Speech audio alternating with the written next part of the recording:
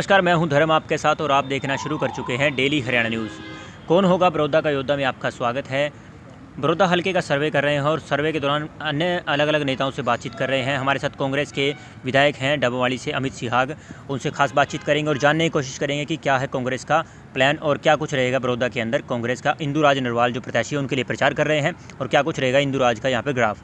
नमस्कार सर, स्वागत है डेली हरियाणा। धन्यवाद भाई, धन्यवाद सर, क्या कुछ लग रहा है, आप सर्वे भी कर रहे हैं, आप गांव-गांव जा रहे हैं, प्रचार कर रहे हैं, क्या लग रहा है इंदुराज नरवाल को लेकर के? भारी बहुमत से जीत होगी भाई जी। कितने बहुमत से? अब देखो वो तो 10 तारीख को जब रिजल्ट आएगा पता चलेगा, बट अब आज चुनाव बहुमत का नहीं रहा कि कितना मार्जिन रहेगा। बीजेपी भी यही कह रही है सर हम बहुमत से जीत रहे हैं। चलो बीजेपी को अपने आप आपको पता चल जाएगा, उनकी बात सत्य है, हमारी बात सत्य है, वो आपको 10 तारीख को पता चल जाएगा। अलग अलग नेता सर आ रहे हैं बीजेपी के, जितने भी बड़े बड़े नेता हैं, दुष्यंत चौटाला हैं, सभी लोग आ रहे हैं। दूसरी तरफ से कांग्रेस के जितने भी आपके विधायक हैं जो हुड्डा साहब के साथ रहते हैं वो भी जो है ग्राउंड पर उतर चुके हैं। आज 2-3 दिन बचे हैं सिर्फ चुनाव की तारीख को लेकर के। बीजेपी की तरफ से बड़े बड़े दावे किए जा रहे हैं, वादे किए जा रहे हैं कि हमने ये करेंगे और मंत्री बनाएंगे योगेश्वर दत्त को। कांग्रेस की तरफ से क्या कुछ कहा जा रहा है सर?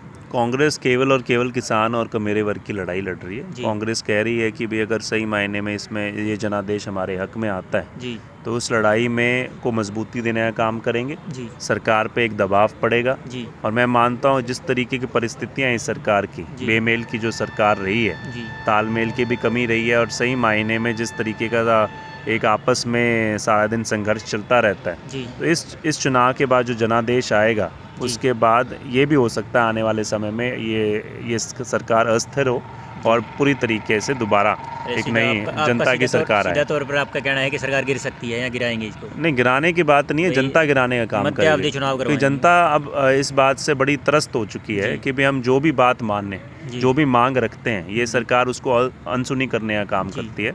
जनता की तरफ इनका कोई ध्यान नहीं है, केवल अपने मन की बात करते हैं, जन की बात नहीं सुनते। बीजेपी नेता ये कह रहे हैं कि ये जो कांग्रेस वाले हैं ये चुनाव जो लड़ रहे हैं यहाँ पर जो कर रहे हैं कुछ भी, वो जहाँ जो विधानसभा ये उपचुनाव को लेकर प्रचार कर रहे हैं, कुछ भी कर रहे हैं, ये भूपेंद्र हुड्डा चौधरी की लड़ाई लड़ रहा है और हम विकास की लड़ाई लड़ रहे हैं। विकास की लड़ाई लड़ी होती तो मैं आपको एक बात स्पष्ट है, पिछला जो चुनाव था जो इनके तकरीबन सारे मंत्री बड़े बड़े मार्जिन से चुनाव हार गए। अगर एक सरकार ने इतना विकास किया, जब उनकी खुद की लहर, वो तो खुद कह रहे थे 75 पार होगा, जब 75 पार की लहर थी और बड़े बड़े मंत्रियों का बड़े मार्जिन से हार जाना, तो अपने आप में एक खोखली बात सिद्ध करता है कि भाई पिछले 5 सालों तो उन्होंने कोई विकास नहीं किया। अब तो ये हो गया कि आज की तारीख में उनकी सरकार में ही तालमेल नहीं है, विकास की बात तो दूर की बात है। तो कहने की बात है, कुछ भी झूठे प्रलोभन देने का काम कर रही है। मैं कहता हूँ मुख्यमंत्री जी को भी प्रलोभन देने की जरूरत नहीं थी यहाँ पे। अगर किसान का मेरे वर्ग की बात सुन लेती तो आज उनकी झोली भरने, जो झोली फैला रहे हैं वो झोली भरने का काम करती है, जनता अपने आप भरने का काम करती है। किसानों की बात की सर, वो कह रहे हैं कि किसानों को लेकर के जो कांग्रेस है वो अपनी राजनीति कर रही है, अपनी साख बचाने की कोशिश कर रही है। कांग्रेस का कोई जनाधार ने कोई मतलब किसी प्रकार से कांग्रेस का कोई लेना देना भी नहीं है। कांग्रेस सिर्फ अपनी लड़ाई जो है अपने लिए यात्रा, किसान यात्रा निकाल रहे हैं। और एमएसपी को लेकर मुख्यमंत्री ने कल ही बयान दिया है कि एमएसपी अगर जाएगी तो मैं जिम्मेवार हूँ। देखो, दोनों चीज़ों पर मैं कहना चाहूँगा, सही मायने में चलो वो एक विपक्षी पार्टी, हमारे हिसाब से विपक्षी पार्टी है, वो अपने हिसाब से सबसे बड़ी सत्ता पक्ष में जो पार्टी है, उनका कहने का ये इसलिए कह रही है, एक बौखलाहट है सही मायने में कि भाई आज जो किसान और कमेरे वर्ग की बात है उस पर नहीं आना चाहते वो, इसीलिए वो बात को भटकाने के लिए, उसको राजनीतिक तूल देने के लिए कांग्रेस के पास एक ही, उनको जब से प्रधानमंत्री बने उनके पास एक ही वो रहा है कि कांग्रेस की लीडरशिप या कांग्रेस पे अटैक करते रहो, अपनी बात नहीं बताते कि हमने क्या किया। आज भी ये नहीं कह पाएंगे कि हमने बड़ौदा के अंदर क्या किया, सही मायने में 6 साल काम क्यों नहीं किया। हम कांग्रेस पे टारगेट करते रहेंगे। तो ये सारी पार्टियां मिल के, और जहाँ तक ये राजनीति की बात करते हैं, मैं इसको, मेरा जो स्टैंड है वो मैं स्पष्ट करना चाहूँगा। ये प्रजातंत्र है, यहाँ पे कोई सही मायने में जो भी फैसले लिए जाते हैं, और आज ये काले कानून आए कहाँ से आए? ये लोकसभा में पारित हुए, एक पार्टी के बहुमत के कारण इनको पारित किया गया। वो बदले कैसे जा सकते हैं? बदले चाहे सिर्फ सड़क पे धरना देने से या सीधी बात करने से तो नहीं होगा। वो दबाव बनाने का काम ज़रूर करते हैं, मगर बदले जाते हैं ये लोकसभा और विधानसभा के अंदर, और वो जब ही बदले जाएंगे जब उस तरह के नुमाइंदे वहाँ पर बैठे होंगे। तो वही आज मैं मानता हूँ सबसे बड़ा जो एक विकल्प है भाजपा के बनाम जो इसकी उनके जो जिस तरह की उनकी नीतियाँ रही हैं आम जनता, किसान, कमेरे और छोटे दुकानदार के खिलाफ, उसको हटाकर अगर सही मायने में उनके हित की बात करनी है तो कांग्रेस एकलौता विकल्प है आज की तारीख में, सबसे बढ़िया विकल्प है आज की तारीख में। इसलिए मैं कह रहा हूँ जो व्यक्ति आज की तारीख में सोचता है कि मैं सड़क पर बैठ के कल अपनी भूमिका निभा रहा हूँ, उसको भी इस तरह के चुनावों में अपनी भागीदारी लेने ही सुनिश्चित करनी है अगर आपने सही मायने में बदलाव चाहते हैं। आपने कहा कि विधानसभा में बदल सकते हैं, जो भी लोकसभा में बदल सकते हैं। लोकसभा में तो चलिए आपका भी राज्यसभा में गया है मेंबर दीपेंद्र हुड्डा, लोकसभा में तो नहीं है, हरियाणा से। विधानसभा की बात करते हैं। विधानसभा में जब चर्चा करने की बात आई तो बीएससी की मीटिंग के अंदर जो विपक्ष के नेता थे भूपेंद्र हुड्डा जी थे, तो अभय चौटाला जी ने एक आरोप लगाया कि सत्र चलने ही नहीं दिया, कोरोना का बहाना लगा दिया, और बीएससी की मीटिंग में भूपेंद्र हुड्डा देखिए ना आप उस पीएससी की मीटिंग में बैठे थे जी, ना मैं उस पीएससी की मीटिंग में बैठा था जी। हुड्डा साहब की एक खासियत रही है जी, वो इस तरह की टीका टिप्पणी नहीं करते जी। तो किसी बार हर व्यक्ति विशेष में कोई भी कुछ कह सकता है कि उस मीटिंग के अंदर ये बात हुई, नंबर 1। नंबर 2, उस समय जब मीटिंग हुई मैं पहले पूरा जवाब देना चाहूँगा। इसमें एक बात ये है कि जब सरकार, मैं आपको एक उदाहरण देता हूँ, सरकार जो एग्ज़ाम्स होने थे जिसके ऊपर बहुत बड़ा NEET के एग्ज़ाम्स थे और वो सारे, तो उस पर एक बहुत बड़ा बवाल मचा था।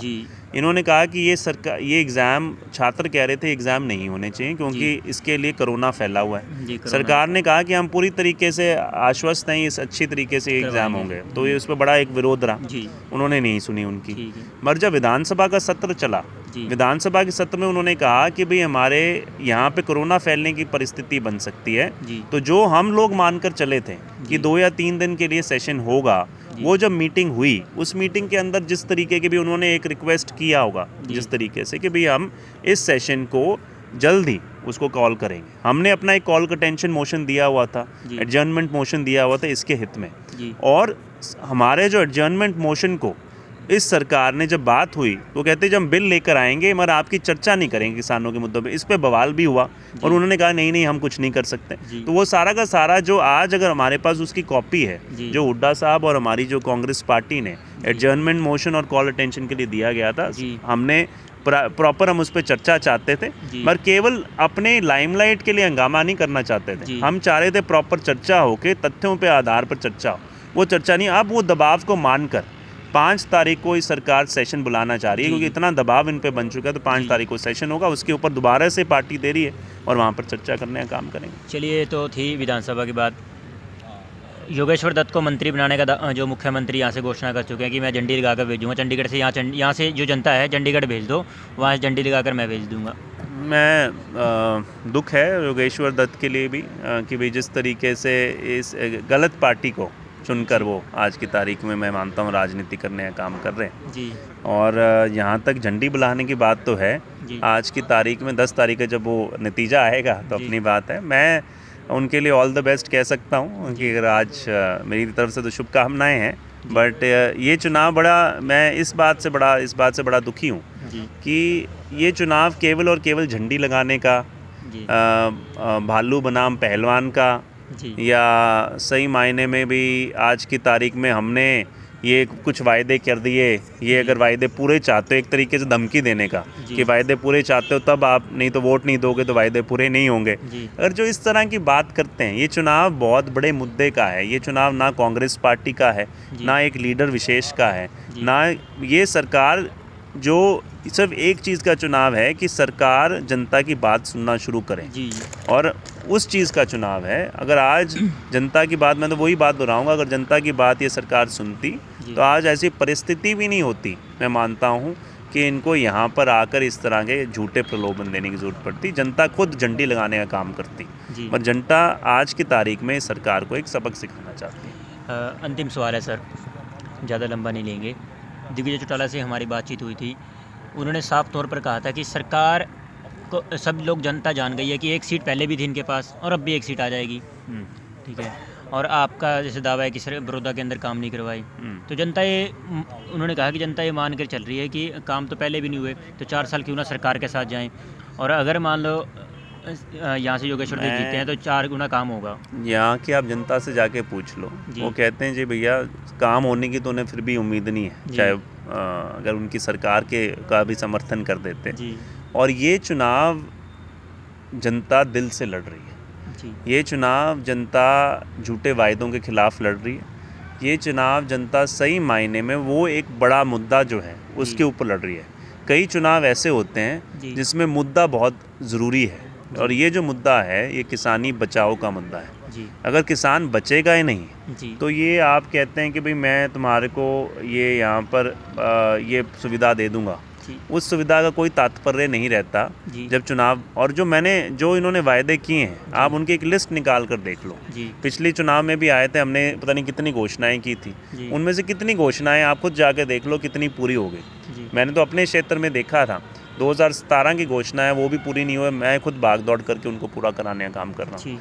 तो आप जनता का एक ही तरीके से यहाँ पे मन है कि ये चुनाव किसानी बचाओ का चुनाव। जी, कहीं ना कहीं ये दिमाग में रहता है कि सर जैसे सरकार का दबाव रहता होगा, इलेक्शन कमीशन पे भी ऐसा सुनने में आता है कि सरकार है, दबाव बनेगा, और 4 साल हैं, लोगों के ऊपर भी दबाव बनता है कि 4 साल हैं। अभी जैसे मुख्यमंत्री ने बयान दिया कि 3 तारीख तक का तो टाइम है आपके पास, 10 तारीख के पास बॉल जो है मेरे पाले में आ जाएगी, तो इशारा करते हैं। अगर ये इस तरह के इशारे काम करते तो अभी तक तो मैं मानता हूँ कि सारे के सारे वो फिर 75 पार भी कर लेते, 80 पार भी कर देते, 90 की 90 सीटें ले लेते, अपने बड़े बड़े मंत्री सब जिता लेते। ये कहने की बात होती, ये भी उनका एक हथकंडा है आम जनता के दिलो दिमाग पे एक दबाव डालने का। जनता यहाँ की बहुत बहादुर है, ये चुनाव पूरे हरियाणा को संदेश देने के लिए यहाँ की जनता लड़ रही है। ये कह रही है कि हमें बात सिर्फ हमारी बड़ौदा की सीट की बात नहीं है, ये हरियाणा को बचाने की और उनके किसानों को बचाने की बात है, और उसके लिए चुनाव लड़ रही है, और इसमें कोई कोताही नहीं करेगी। और मार्जिन इतना बड़ा होगा कि जो भी इनके षड्यंत्र होंगे, हथकंडे होंगे, उनको विफल करने का काम जनता करेगी। बहुत बहुत धन्यवाद जी। धन्यवाद। तो ये थे अमित सिहाग जी जो डाबावाली से विधायक हैं, जिनसे खास बातचीत हुई और तमाम मुद्दों को लेकर चर्चा हुई। और खबरों के लिए बने रहिए डेली हरियाणा न्यूज़ के साथ। नमस्कार।